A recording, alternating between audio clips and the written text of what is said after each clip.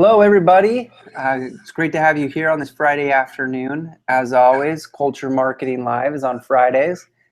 Kind of get you through the work week, something to look forward to at the end of every week. Super excited today to have a guest with us, Rock Tolman. He's a recruiting expert. But before we get into that, just as always, want to share with you a little bit about Viva HR. Viva HR is a recruitment marketing software, and the power behind Viva HR is our belief that company culture is the main differentiator between your candidates and the job that they choose. And so we like to help you leverage that company culture as a way to generate awareness and ultimately increase your conversion rate to get the best candidates possible to your organization. So let's jump right in to talk with Rock Tolman. Super excited to have him here. He has a vast experience in recruiting, but one thing that I like about Rock is he has a background, he has an MBA as well as a master's in human resources, and so he understands from more of the business side of it as well as the importance of the human side of it, and that blend of understanding leads to a great perception. So let's go ahead and bring Rock in. Rock, it's good to have you here with us today. It's a pleasure, Ryan. Thanks for having me. So what I want to do is I'd love to kind of jump right in. Maybe you can share a little bit of a background, a little bit of a history of kind of your experiences and where you are today. Sure. So I actually started straight out of school after my graduate work in human resource management. I went straight in and worked as a talent acquisition manager for a large oil, logistics supply chain company, and sort of found myself wanting to explore other areas of HR, and so I went away from recruiting after doing full-time recruiting for about 3 years. Went into more of a general HR management advisory role for a couple of years. And boy, did I miss recruiting. I have found that it is my first love, and that's where I feel at home. I like changing people's lives and changing companies for the better, and that's all done through the process of smart and quality recruiting. Cool. Well, with your experience, obviously our conversation today is around company culture and how recruiting can make or break a company's culture, and really it starts with understanding and recruiters having to judge or make a decision based on personality, soft skills, hard skills, and that can be a lot for somebody. So why don't you walk us through that process and some of those decisions, like what different factors those recruiters have to weigh out when they're really making that recruiting process? Sure, definitely. A new recruiter is always going to have difficulty in looking at what seems to be a really qualified individual, but yet may not be a culture fit for the organization. And that's a hard thing to gauge, to measure. Unless you've been a part of that culture, you're part of how that culture has been developed. Can this individual that you're here recruiting and judging, in a matter of speaking, are they going to add in a positive way to that culture? And are they going to have a fit in that culture? There's a couple of different factors that I like to look at specifically when I'm interviewing. You have your own interview questions. Everybody has their own that they love. Some standard ones, you have behavioral-based interview questions, situational-based interview questions. But when you're asking these questions, you're receiving the answers, in the back of your mind, you need to think about three things. One in particular, or the first one that I like to think of, is what impact to the business is this role going to have, and how is that person going to fulfill it? The third is, of course, qualifying the candidate. What is it about them that is going to make certain that there's not going to be any room for error, right? Especially if it's a very technically savvy role that you're filling. Does this person have those hard fact qualifications?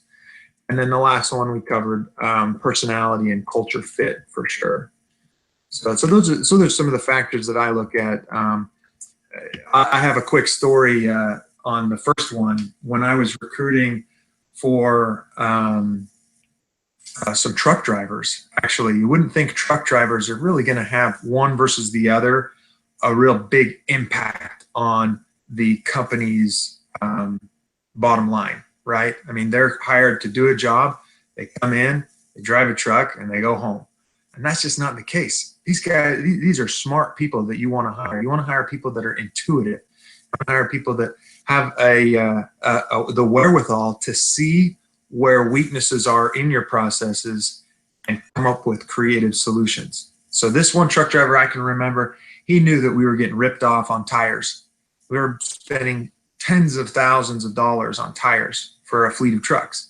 And he knew he could get them cheaper from a different vendor. And, you know, you think, okay, what is this? Is this like a brotherly love type of vendor situation where you think you can get a better deal? And it wasn't at all.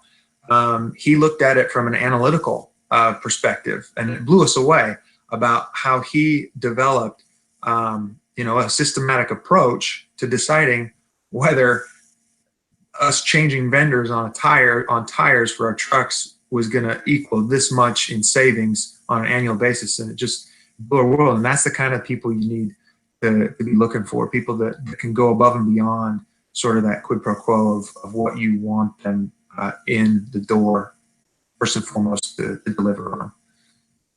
Yeah, I totally agree. In fact, I say this a lot. There's a lot of research out there that even suggests that, you know, the wrong hire can cost the company 5 to 10 times what they're being paid, right?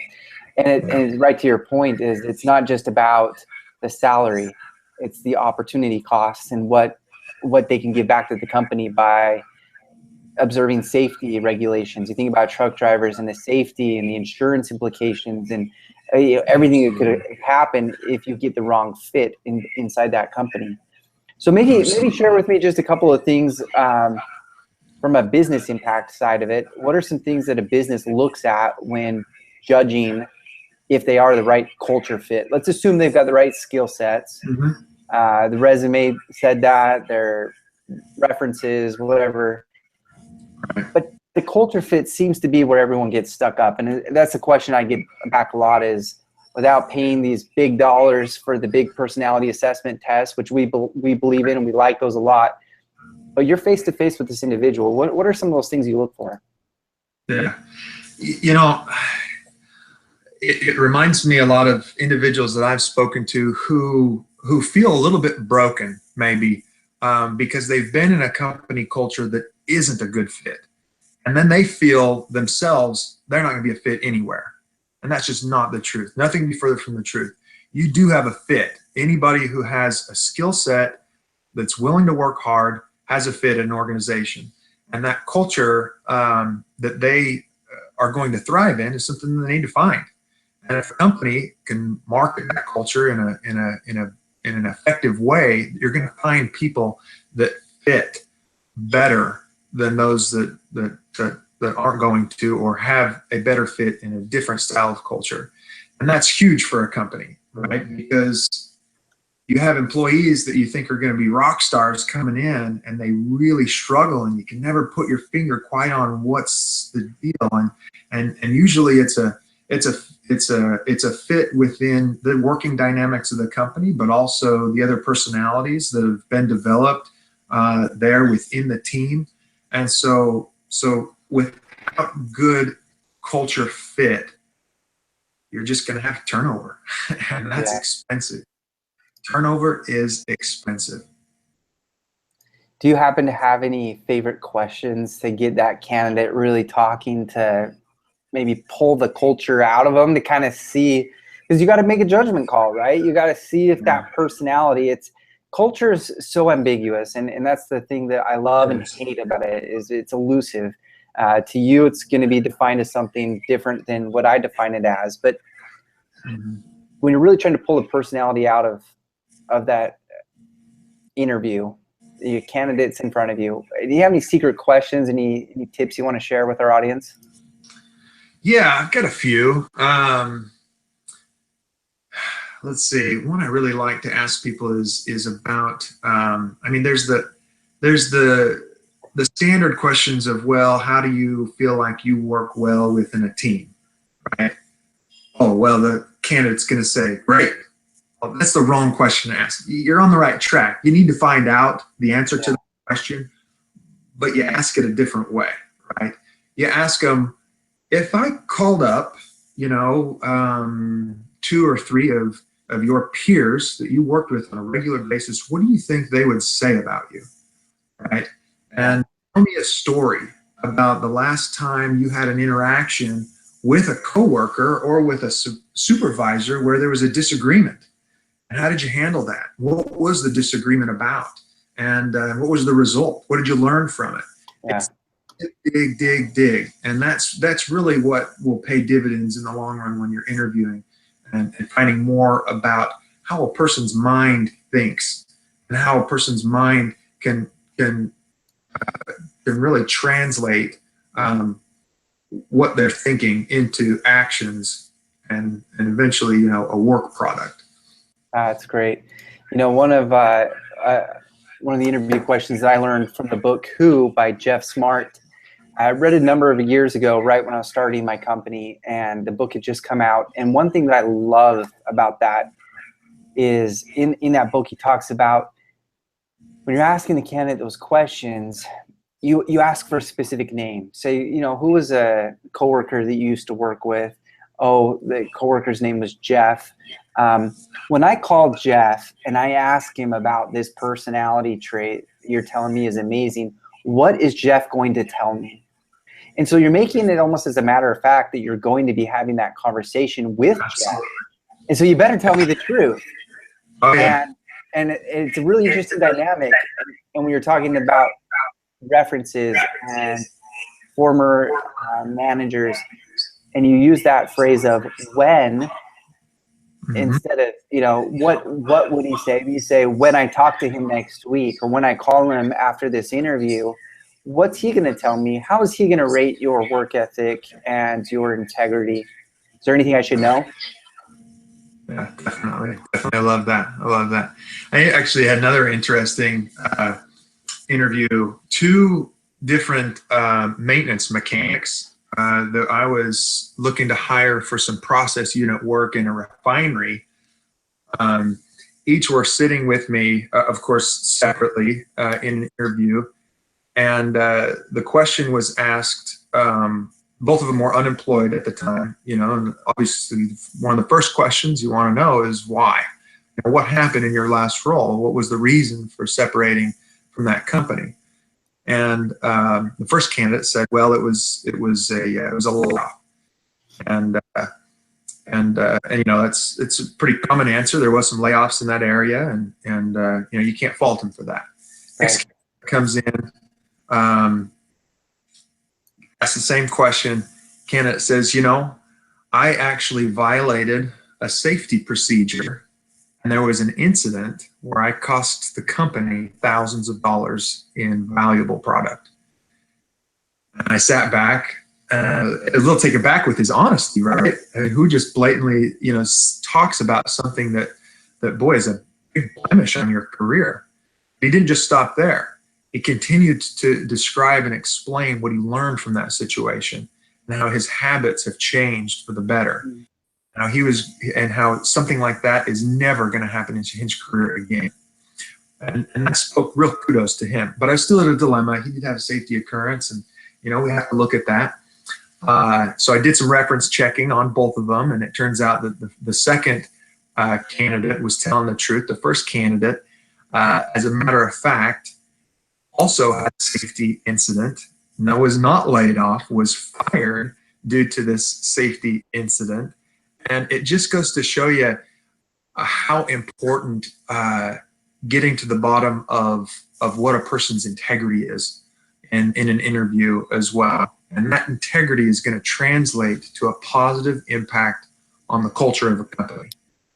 And boy, we hired the guy who ended up having that safety occurrence, and he was fired for it too. And that's why he was unemployed. But he ended up being one of the best mechanics we had, one of the safest. And you better believe he was extra careful in all that he did because of that experience. So those are the kind of things you can't just be so black and white on certain things that you find out about in interviews and about candidates. That's a great point. So as we wrap things up here today, Rock, what's kind of our main takeaway is if you're watching this right now and you're trying to really change the way that you hire inside your organization to enhance the company culture, what's the main takeaway? What's the first thing I should be working on? Shallow interviews will only give you shallow results. Yeah, that's great. You really need deep interviews with digging into each question. And sometimes it's uncomfortable, but you got to do it because that's how you're going to find out if a person really does fit the culture and not just has X, Y, and Z qualifications on their resume, right? Yeah. That's why it's so important. Let me follow up on that with another, just kind of an additional question. I think a lot of folks get into that habit of screening. We're doing those interviews to more just screen candidates, but maybe we're not prying deep enough to really pull information out of them. Or maybe we have a checklist, right? And we're just going through that check box just to make sure they have this or they don't have that. But what are the other intangibles that we're not, pulling out of each candidate that may give one candidate a little bit of an edge over their previous first choice? So in your interview process, when you talk about going deep, are we just talking length of time? Are we talking multiple stage of interviews? Are we talking better questions? Tell me a little bit more about when you go deep. I'm glad you brought that up. Deep does not mean length, right? Your interviews can be very clear, very concise, but have a lot of depth at the same time. And even in the phone screen, I spend maybe 15, 20 minutes with my candidates on the phone when I call them for the first time. And I am not afraid to dig a little bit. But you also have to be consistent, right? One candidate to the next, you can't ask different questions and figure out and have a whole different type of conversation altogether, because then you can't really measure that one against the next. But yeah, you're exactly right. Quality interviews do not mean lengthy interviews. You can get a good idea of somebody's quality and potential pretty quick, and so it's just a matter of figuring out what those key questions are, how to frame those questions in a way that kind of brings down the layers of shield, or candidates have those shields up sometimes because they don't want you to know certain things about them, but you got to kind of break through that, and that takes practice. It takes skill. It's an art form, and it's one that I love, and will continue to learn more about it as my career progresses as well. Well, fantastic. Well, Rock, thanks for joining me today. As always, this is the Culture Marketing Live. We like to get on a discussion on Friday afternoons. And if you'd like to join the program, be sure to message us. Follow us on Facebook and Twitter. My name is Ryan. And again, reach out if you have any questions. But thanks again, Rock. Loved having you on the program. Yeah, I was happy to be here, Ryan. It's good to talk and catch up a little. Thank you. Talk to you soon. See ya.